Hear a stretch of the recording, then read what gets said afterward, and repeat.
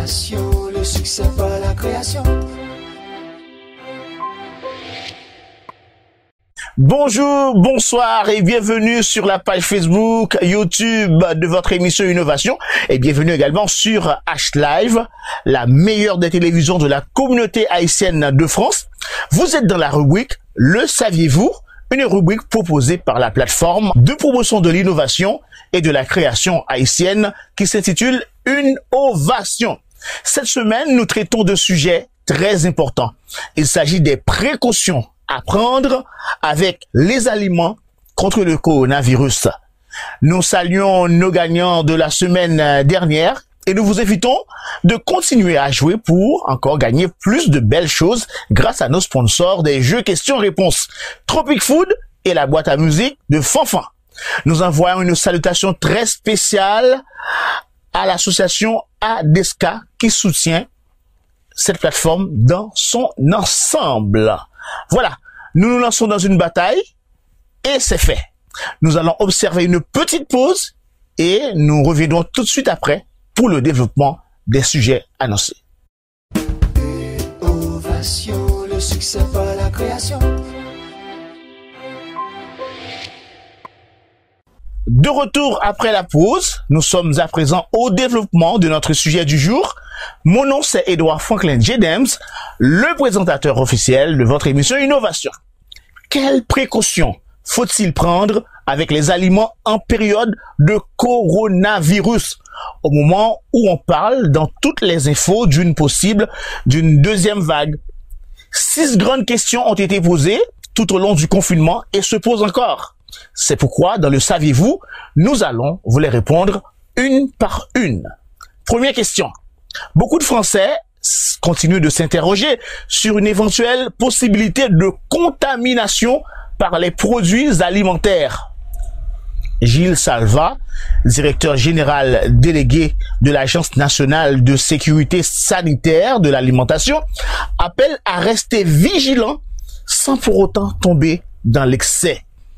Y a-t-il un risque de contamination par l'alimentation? Non, les aliments ne transmettent pas le virus. Concrètement, si vous en mangez un qui contient le coronavirus, vous ne serez pas contaminé. Ça ne veut pas dire qu'il n'y a pas de risque par contact. Si vous touchez une surface sur laquelle se trouve le virus et que vous touchez ensuite votre nez, il y a risque d'infection par les voies respiratoires. Deuxième question. Faut-il avoir peur de manger du pain?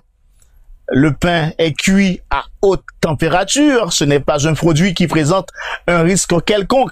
Si le boulanger respecte les précautions d'usage, c'est-à-dire le lavage des mains régulier et ou port de gants pour servir, il n'y a pas de risque. Sur des surfaces sèches de ce type, le virus a une durée de vie de quelques minutes à 3 heures. On peut chauffer son pain 4 minutes au four à 63 degrés. Cette température permet de diviser par 10 000 la contamination d'un produit alimentaire par ce type de virus. Troisième question. Quelles précautions prendre avec les fruits et légumes? Faut-il les laver? Avant de les mettre au réfrigérateur, il faut effectivement les laver à l'eau. Ils ont été manipulés avant nous. La question de la contamination de surface se pose donc. Pour s'en prémunir, on les lave, puis on les essuie pour les sécher afin d'éviter qu'ils pourrissent. Surtout, n'utilisez pas de désinfectant, vous risqueriez une intoxication s'ils étaient mal rincés. Quatrième question. La viande peut-elle être un vecteur de virus? La viande ne peut pas être contaminée par l'animal parce que lui ne l'est pas.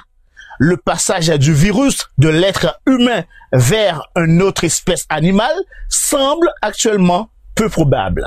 En revanche, la viande peut l'être au moment de la découpe par celui qui la manipule.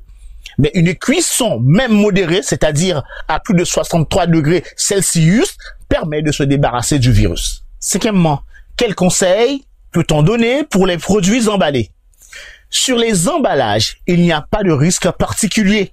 Si le paquet est contaminé, vous pouvez vous en mettre sur les mains. Mais en 2 ou 3 heures, le virus meurt.